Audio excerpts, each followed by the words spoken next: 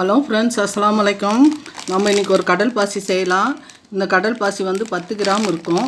இதில் நான் பாதி தான் எடுத்து நான் இப்போ செய்கிறேன். பாதிக்கு 1/2 லிட்டர் பாலும் 150 கிராம் சர்க்கரை இல்லை 100 கிராம் சர்க்கரை கூட போட்டுக்கலாம். நம்ம தேவைக்கேற்ப சர்க்கரை போட்டுக்கலாம். போட்டு நம்ம காய்ச்சி எடுக்கணும். காய்ச்சி எடுத்து நான் எப்படி காமிக்கிறேன், அது எப்படின்றத நம்ம பார்க்கலாம். பாருங்கள், இதை வந்து நிறைய பேர் வந்து கடல் பாசின்னு சொல்லுவாங்க, இல்லை அகரகர்னு சொல்லுவாங்க. நீங்கள் எப்படி உங்கள் ஊரில் என்னென்ன மாதிரி பேர் சொல்லுவாங்கன்னு எனக்கு தெரியல. நாங்கள் கடல் பாசின்னு தான் சொல்கிறோம். இதை வந்து நான் என்ன செஞ்சுருக்கிறேன், பொடி பண்ணி எடுத்து வச்சுருக்கிறேன். இந்த மாதிரி பொடி பண்ணி நான் எடுத்து வச்சுருக்கிறேன். இதை வந்து இப்போது நான் வந்து 5 கிராம் அளவுக்கு நான் போட்டுட்டு நான் தண்ணியில் ஊற வச்சுருக்கிறேன். அதை வச்சு நம்ம இப்போ காய்ச்சி எடுக்கலாம். எப்படி காய்ச்சலான்னு பார்க்கலாம். பாருங்கள், இந்த 5 கிராம் அளவுக்கு நான் இது பூரா 5 கிராம் இல்லை, நான் ஊற வச்சுருக்கிறது மாத்திரம் 5 கிராமு. எனக்கு கொஞ்சம் இரும்பல், சளி, தொண்டை வலி, அதனால் வந்து சரியாக என் குரல் வராது, எதுவும் நினச்சிக்காதீங்க. பாருங்கள், இப்படி நம்ம தூள் பண்ணி வச்சுட்டு நம்ம ஊற வச்சிட்டோம்னா சீக்கிரமாக ஊறிடும். முழுசாக போட்டோம்னா அப்படியே திப்பி அப்படியே இருக்கும், அது கரைய மாட்டேங்குது. இது கம்பியாக இருக்கிறதுனால அந்த மாதிரி வந்து பட்டையாக இருக்கிறது வாங்கினோம்னாக்கா சீக்கிரம் கரைஞ்சிருது. இது பாருங்கள், கம்பி மாதிரி இருக்குது, அதனால் வந்து சீக்கிரம் கரையிறதில்ல. பார்க்கலாம் எப்படின்ட்டு. நான் ஒரு 5 கிராம் அளவுக்கு இந்த மாதிரி தண்ணியில் ஊற வச்சுருக்கிறேன். ஒரு 100 கிராம் 100 ml தண்ணி அந்த அளவுக்கு ஊற்றி நான் வச்சுருக்கிறேன். இதை வந்து நம்ம அடுப்பில் வச்சு இப்போ நம்ம காய்ச்சி எடுக்கலாம்.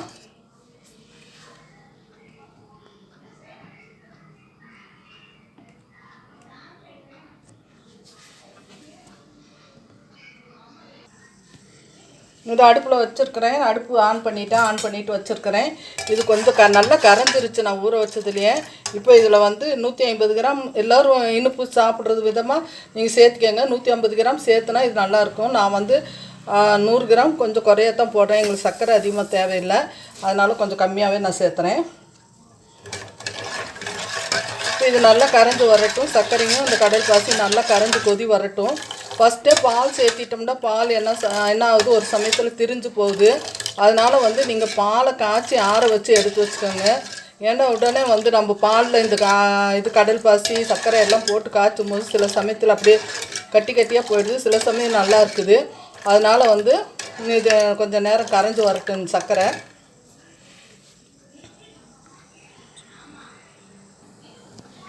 பாருங்கள், நல்லா கொதித்து நல்லா வருது. இந்த மாதிரி நல்லா கொதித்து நல்லா கரைஞ்சி வரணும், அப்போ தான் வந்து நல்லாயிருக்கும். இந்த மாதிரி நுரைச்சிக்கிட்டு நல்லா இதான பிறகு தான் நம்ம வந்து பால் சேர்த்தணும். இப்போ நல்லா ஒன்று கரைஞ்சிருச்சு, ஒன்று கொஞ்சம் நேரம் இருக்கட்டும், கொஞ்சம் திக்னஸ் வரட்டும். தண்ணி கொஞ்சம் சேர்த்திருக்கிறதுனால அது கொஞ்சம் திக்னஸ் வரட்டும். இது வந்ததுன்னு பார்க்கலாம்.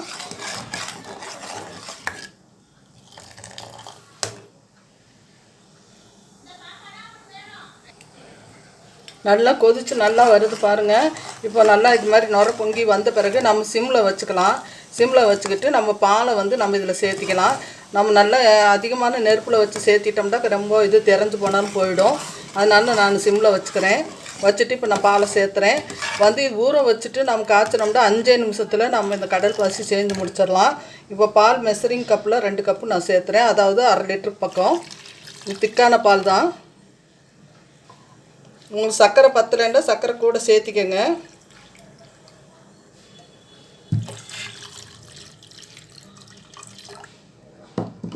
சேர்த்துட்டு இது ஒரு கலந்து கொடுங்க. ஒரே ஒரு கொதி வரட்டும். கொதி வந்ததும் நம்ம கேஸ் ஆஃப் பண்ணிடலாம். இப்போ இது ஒரு கொதி வரட்டும். இப்போ சர்க்கரை போதுமா நம்ம பார்த்துக்கலாம். பால் சேர்த்து ஒரு கொதி வந்துடுச்சு, நான் கேஸ் ஆஃப் பண்ணிடுறேன்.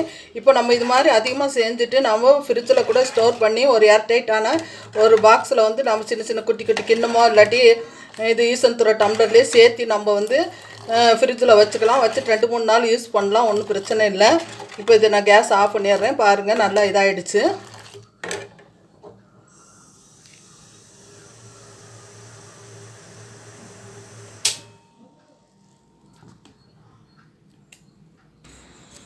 இப்போ நான் இந்த மாதிரி குட்டி கிண்ணமாக எடுத்து வச்சுருக்கிறேன். ஒரு கிண்ணத்தில் வந்து ரோஸ் எசன்ஸ் எடுத்து வச்சுருக்கிறேன். ஒரு கிண்ணத்தில் வந்து இது பேரிச்சம்பழத்தை அரைச்சி எடுத்து வச்சுருக்கிறேன். மிச்சத்தெல்லாம் எப்படி ஊற்றும் போது நான் காமிக்கிறேன். இப்போ ரோஸ் எசன்ஸு இதில் நம்ம சேர்த்திடலாம். ரோஸ் எசன்ஸ் இல்லை, ரோஸ் சிரப்பு அது இதில் சேர்த்தியாச்சு. இப்போ இதில் வந்து இதை சேர்த்திக்கலாம் நம்ம வந்து கடல் பாசியை.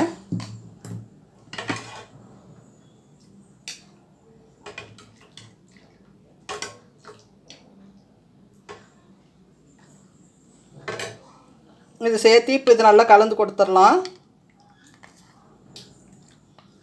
இது ஒரு பக்கம் இருக்கட்டும். அப்படியே நம்ம நல்லா ஆற வச்சுட்டு அப்புறம் ஃப்ரிட்ஜில் நம்ம ஸ்டோர் பண்ணி கொஞ்சம் நேரம் வச்சுட்டோம்னா நல்லா ஜில்லுன்னு ஆகிடும். இப்போ இந்த வந்து பேரிச்சம்பழத்தை நான் இதில் சேர்த்திருக்கிறேன்.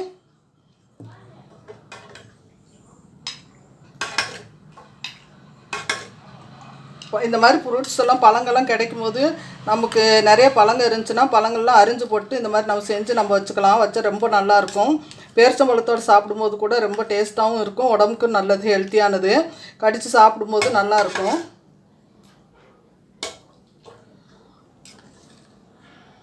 இது பேரிச்சம்பழத்தோடு ஒன்று சேர்த்து வச்சுட்டேன். ஒன்று வந்து வெள்ளையாகவே ஊற்றி வச்சிடலாம்.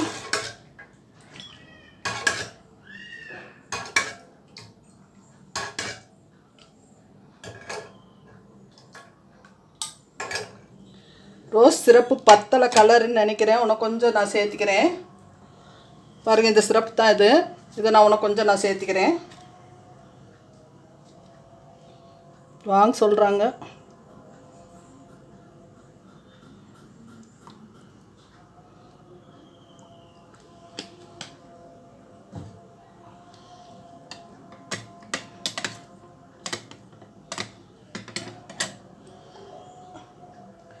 ஒன்றில் வந்து கிரீன் ஃபுட் கலர் சேர்த்துக்கிறேன்.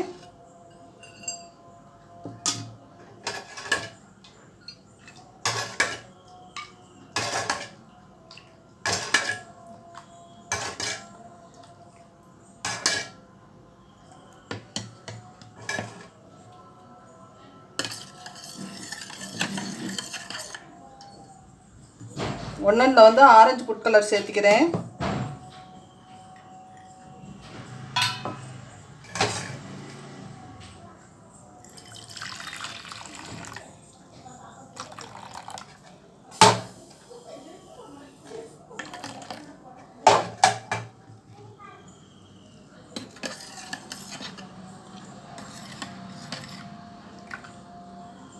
இது மேலே இப்போ நட்ஸு சேர்த்துக்கலாம். நம்ம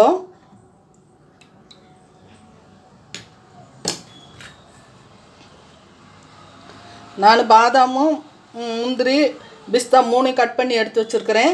இப்போ முந்திரி பருப்பை எல்லாத்துலேயும் ஒன்று ரெட்டாக போட்டுக்கலாம். நம்ம மேலாவை சூடாக இருக்கும்போது போட்டோம்னாக்கா எல்லாம் உள்ளே தான் போயிடும்.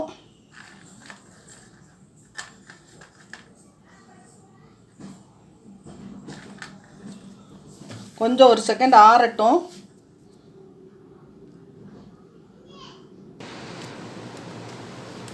பாருங்கள், எல்லாம் கொஞ்சம் ஆறி வந்துருச்சு.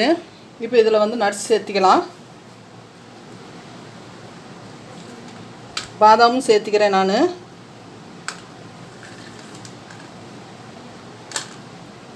ஒரு பெரிய முந்திரியை நடுவில் வச்சிடலாம். அப்போ கூட உள்ளே போகுது.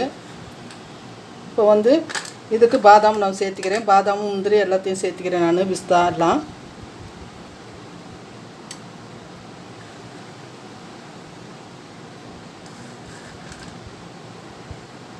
நல்லா கொஞ்சம் ஆற விட்டு செட் ஆகும்போது, செட் ஆன பிறகு போட்டோம்னா அப்படி மேலே அழகாக தெரியும்.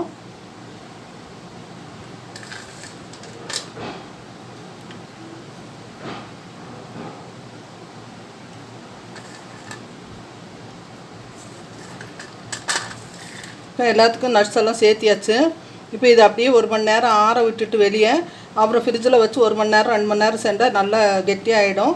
நம்ம நோம்பு திறக்கிற நேரத்துக்கு கரெக்டாக இருக்கும். நம்ம மத்தியானம் 2 மணி சுமாருக்கு இந்த மாதிரி காய்ச்சி நம்ம ஊற்றி வச்சிட்டோம்னாக்கா நம்ம சாப்பிட்றதுக்கு ரொம்ப சூப்பராகவும் இருக்கும், கட்டியாகவும் இருக்கும், நல்லா அழகாகவும் வரும். இந்த மாதிரி செஞ்சு பாருங்கள். லைக் பண்ணுங்கள், ஷேர் பண்ணுங்கள், கமெண்ட் பண்ணுங்கள், சப்ஸ்கிரைப் பண்ணுங்கள். அஸ்ஸலாமு அலைக்கும் வரஹ்மத்துல்லாஹி வரகாத்துக்கு. அஸ்ஸலாமு அலைக்கும். எல்லோரும் நல்லபடி நோன்பு வைக்க எல்லா வல்ல இறைவனிடம் துவா செய்யுங்க. அஸ்ஸலாமு அலைக்கும்.